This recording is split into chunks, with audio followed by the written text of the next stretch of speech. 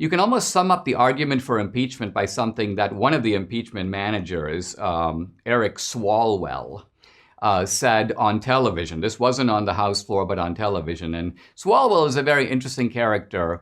He does have one remarkable accomplishment to his name, which is that he has managed somehow to turn his name into a verb.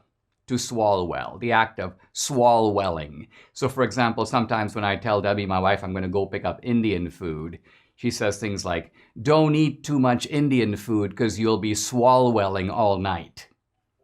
So that's an accomplishment for Eric. You got to give it to him.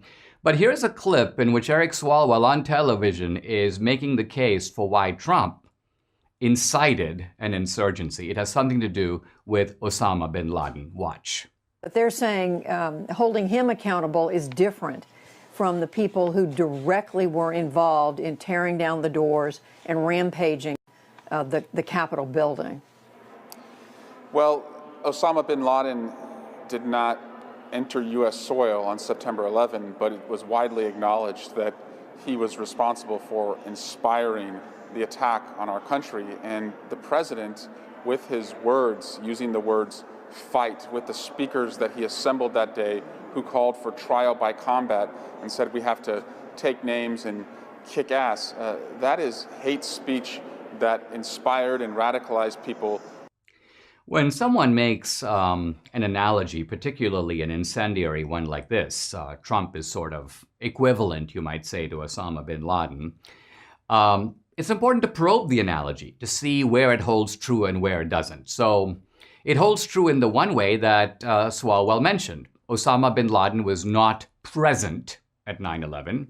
Trump was not present at the occupation or the incursion into the Capitol. So in both cases, the figure being compared was absent. Notice that this is exonerating, though, because if Trump wasn't there, he didn't take a direct part in the events.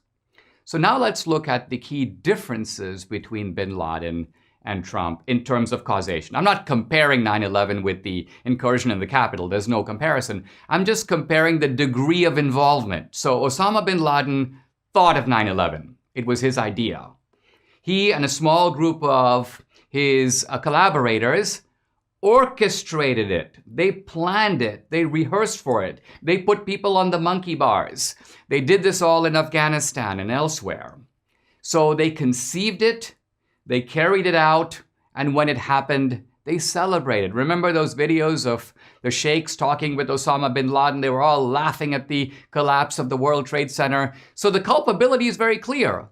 They are the initiators, they are the organizers, and they, at the end of it, in a sense, took credit for the event by saying, high fives, guys, we pulled it off in the name of Allah. Now, let's apply this to Trump.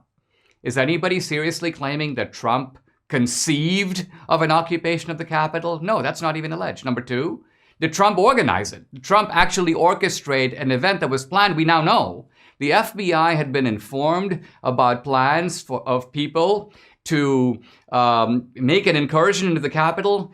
They were planning this apparently well before the rally itself. Again, think of the implication of that. What it means is that Trump didn't make them do it. They were going to do it anyway. They planned it long before Trump made his so-called inciting remarks. And finally, obviously, there is no evidence that Trump approved of the event, celebrated it. On the contrary, he issued tweets telling people to get out of there, go home. And of course, he came out with a strong statement condemning any kind of forced occupation or violence. Bottom line, there is simply no analogy. Swalwell is engaging in a certain kind of moral equivalence that is scandalously false, duplicitous, and dangerous.